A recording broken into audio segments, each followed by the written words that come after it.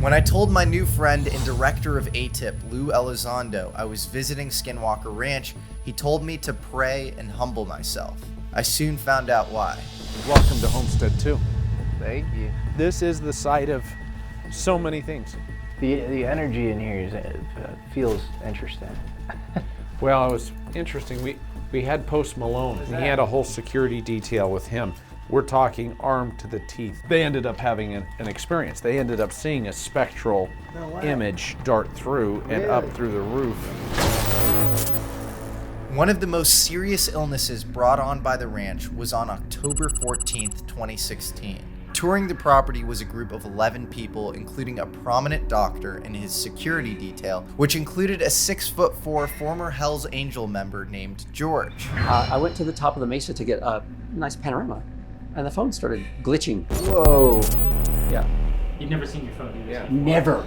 Just after. That's a very important point. That's an Never. image. At that point, members of the group started to report feelings of vertigo and nausea. I asked, where's our security? Where's the big guy? And right off in the distance, in this open air Polaris UTV, stood this big 6'4" figure. And as I walked up just a few feet from the ranger and said his name again, yelled his name, George. His eyes fluttered open. He looks down at me and he says, whoa, that was weird. And I said, what are you talking about? And he said, well, when we pulled up and you all jumped out, I stood up and was frozen. I couldn't move and everything went black. And then he asked me, he said, how long have I been standing here? And I said, probably about 10 minutes. George later described feeling scopesthesia, the sense that he was being watched or the object of predation. The next morning, he checked himself into the hospital down in Las Vegas. He couldn't walk. He couldn't walk, he was immobilized. There were no biomarkers to indicate what had incapacitated him. George was completely out of commission for the next 3 to 4 weeks. Is it a coincidence he was Hell's Angels? You're asking the right question. It seems that those people who have experienced these kinds of events are sort of the headstrong, the alpha male, the aggressive. Whether they're actually showing aggression, I'm not sure. It's tempting to conclude that there may have been some alteration of brain structures as a result of exposure to whatever it is. Do you have a sense of what the exact brain structure difference is? Yes, I've had it described to me, but I don't know if I'm allowed to talk about that. Because I know Nolan talks about caudate nucleus in the putamen. Thank you. You said it. So it's an area that I've talked about before between the head of the caudate and the putamen that had increased neural density. His view is not that an encounter makes that part of the brain more neuronally dense. His view is that those people had more neuronally dense basal ganglia prior, and that made them more predisposed to sort of seeing. That's how it's, yeah, right. And so there have been a few comments made that suggest that maybe that density changes as a result of the exposure. But the story gets even crazier.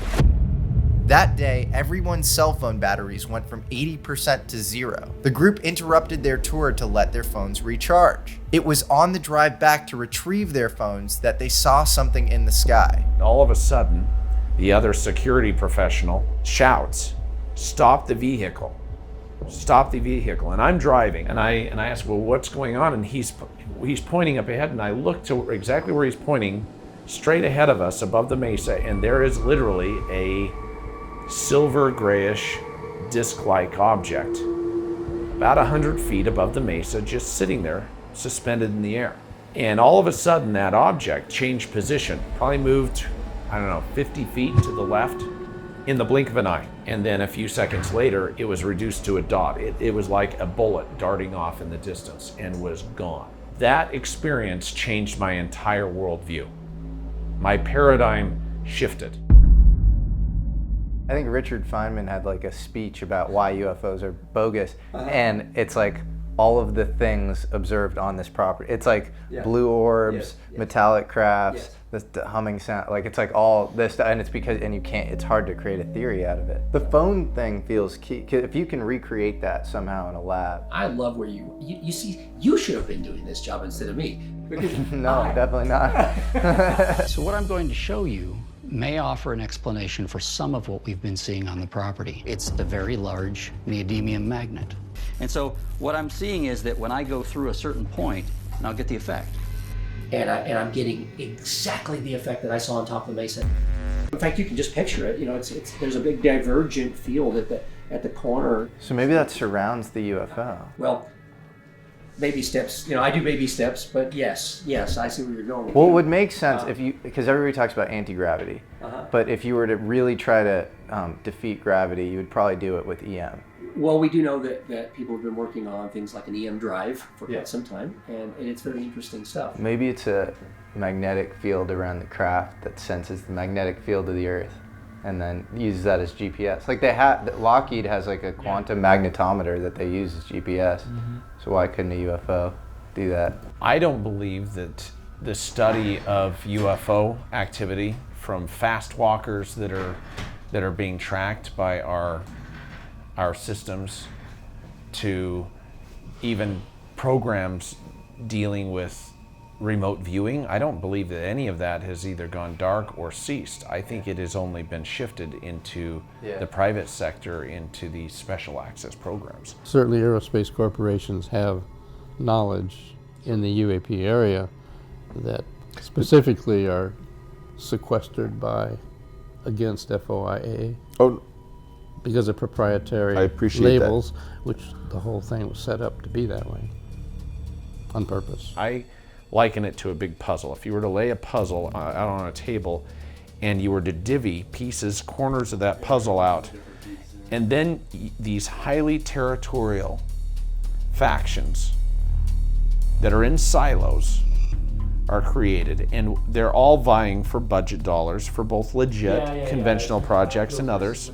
And the problem is when no one has the whole puzzle or an image of the whole puzzle, but they have pieces, they have corners of the puzzle. So Homestead 3, which is where we're going next, is where a lot of people have negative experiences for whatever reason. My wife refuses to go inside. You got to go get a picture in the chair. Yeah, I'm not doing any of that shit. Get into the fetal position in preparation. It seems like every time they engage in scientific inquiry into the ranch, the instrumentation always malfunctions. GPS, EM, LiDAR sensors, even photogrammetry exercises all produce something wildly out of place. We could do a whole documentary series on just the electromagnetic anomalies and the equipment malfunctions and failures that occur constantly during the process of documenting. One of the first things Eric Barr did after Brandon Fugel took over the ranch was update the surveillance cameras. So these are the kinds of cameras that were being used. I want you to understand where the bar is set. He used a lot of the same vantage points as Bigelow, but he decided to use one additional camera to monitor the control room itself. We had experienced some really peculiar things going on with our equipment, as was experienced with the previous groups. The camera had motion detection, and Eric would monitor the control room remotely, getting a ping every time motion was detected. One morning after getting woken up by multiple pings, he got so frustrated that he decided to sit at the screen with the live feed of the control room and see what was causing it. I am transfixed on that tacky room. For all intents and purposes, I'm in that room. And so I just, I said out loud, okay, this is stupid. And then I said, all right, if you got something you want to show me, show me. If you got something you want to tell me, tell me. Once I did that, what happened was the screen began to do this. Now I was like, that's cool. Let me click back out and click back in. And did it again. Screen grab, right? Now, I got like, I want to say 8 or 10 of those. And I was like, there's a bug here. That's what's sending the messages. There's a problem with the equipment. The first screen grab Eric made after issuing his challenge produced this telling artifact. What the hell? I living? That's creepy. Remember, the label was trailer living room. Follow the sequence of events. I said, if you got something you want to tell me, tell me. Then this is the immediate first screenshot. Oh, God. It's like out of a horror movie. Oh, exactly. Is this a coincidence, or is this a trickster entity communicating in cryptographic ways?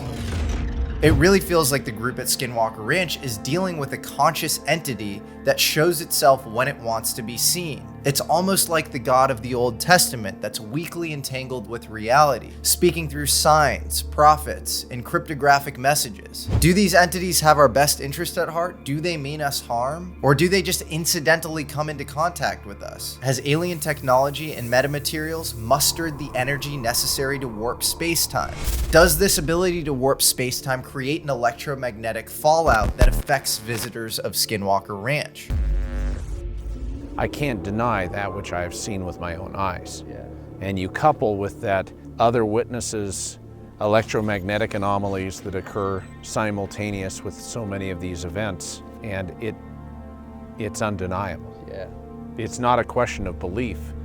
It's now understanding the nature of what we are interacting with. You know, we've been steeped in this stuff, right? Ancient aliens, right? So let's take some ancient prehistoric tech that is artificially intelligent and meant to take its directives through a non-contact neural interface with a superior neurology to ours.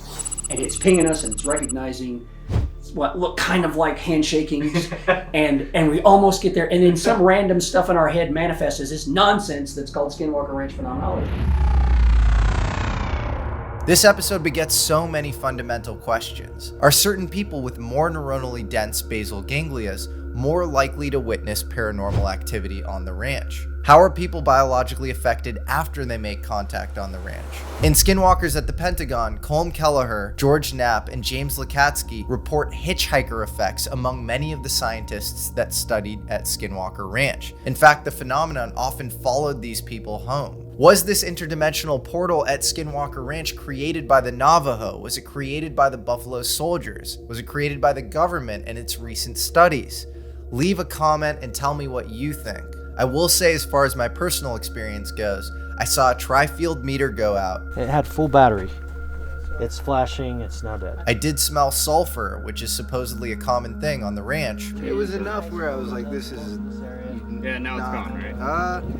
No, I got it still. And some weird shit happened to me when I came back home. In fact, working on this episode remotely from the East Coast, my editor encountered the exact same electromagnetic anomalies experienced by Skinwalker visitors on his computer. You tell me what you think about all of this. My contrarian opinion here is we're actually over-indexed on empiricism and under-indexed on theory, and we actually just need better theories to explain all of these disparate anomalous occurrences. If you're trying to find a needle in a haystack, having more sensors and making your haystack bigger doesn't necessarily help. I have to say I'm happy and a bit relieved to leave this episode behind me. Until next time, I'm Jesse Michels, and this is American Alchemy.